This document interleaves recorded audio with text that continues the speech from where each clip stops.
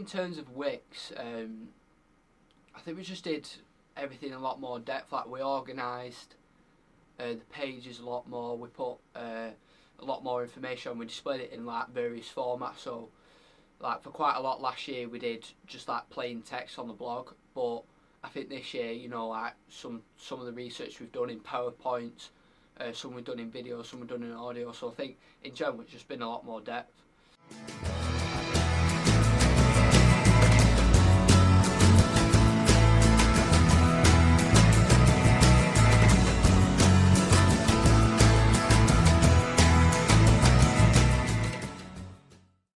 YouTube this year has become a lot more. We've become a lot more reliant on it, really, because last year, of course, we did radio, and really with YouTube, it's more video based. So we found it hard to find style models and research products that, you know, we could use. But this year, obviously, with documentaries, there's lots of clips on YouTube. There's lots of variations of documentaries. So, for example, we didn't just look at sport documentaries. We looked at real life documentaries. We looked at animal documentaries. You know, to see what styles they all did, and to see which ones we found would be suitable to our own documentary, and then of course adapt it and to our audience. But like I say, I think with YouTube, it's become a lot more important to our research.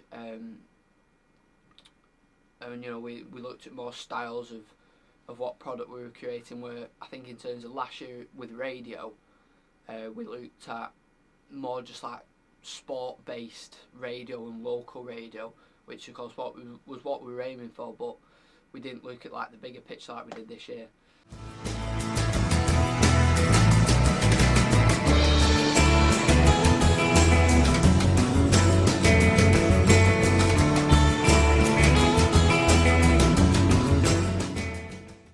In terms of Raja, it became more of a secondary source this time around, with obviously the main product being the documentary and the secondary product being a radio trail. And Raja, of course, is all about the radio statistics for each station across the country. So how many listens they get per week, on average how many hours did they listen, so on and so forth.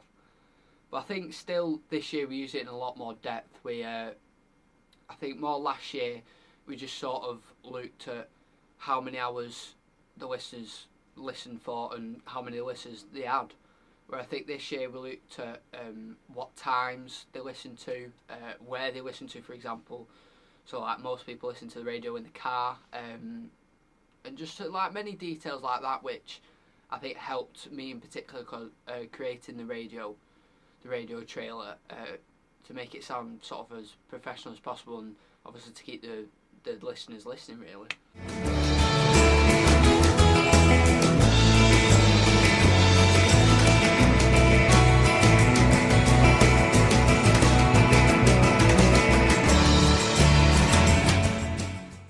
Yeah, SurveyMonkey was hard. It was, you know, first time round we didn't really know what we were doing. Obviously we knew how to create a survey, but we didn't really know what we were looking for. Obviously the aim was a target audience, but in terms of what we actually wanted out of it, we weren't quite sure. But I think this year, you know, we adapted quite well. We found what we were looking for, and we asked more questions. So, for example, we asked what type of documentaries they watched, what they like to see in a documentary. You know, do they like a presenter or a narrator, and just stuff like that. And we asked. And we put ourselves in the minds of the viewers and thought, what would they like to see? What would we like to see? So that obviously more people will watch it, and that makes for a successful programme. In terms of construction, we used a Panasonic video camera to film our video footage, which of course played a big part in our coursework this year with our documentary. In terms of last year, we didn't really have much background knowledge and experience with the video camera, with our coursework being very audio based. But I think this year we've gathered quite a lot of experience. You know, we've gained knowledge on angles and type of shots, and also setting on the camera, so like altering the contrast, altering the exposure to get a professional looking shot and footage to make for a good documentary, really. And I think it was better than using our iPhones, purely because we could use a tripod with it to make stable shots and to make it level and just to make it look more professional. So I think in general it's just been everything in a lot more depth. Now on to the ancillaries. Obviously we used the radio studio to record our radio trailer for the time and the setting of the programme, and the commentary highlights. We used the radio studio. We were already quite familiar with it due to last year. In the radio studio, obviously we used the microphones, we used the Audacity to record our footage on, and also we used the pop discs, which allowed us to pronounce strong syllables such as like your P's and your B's and not distort the sound, so it was just in a lot more quality, really.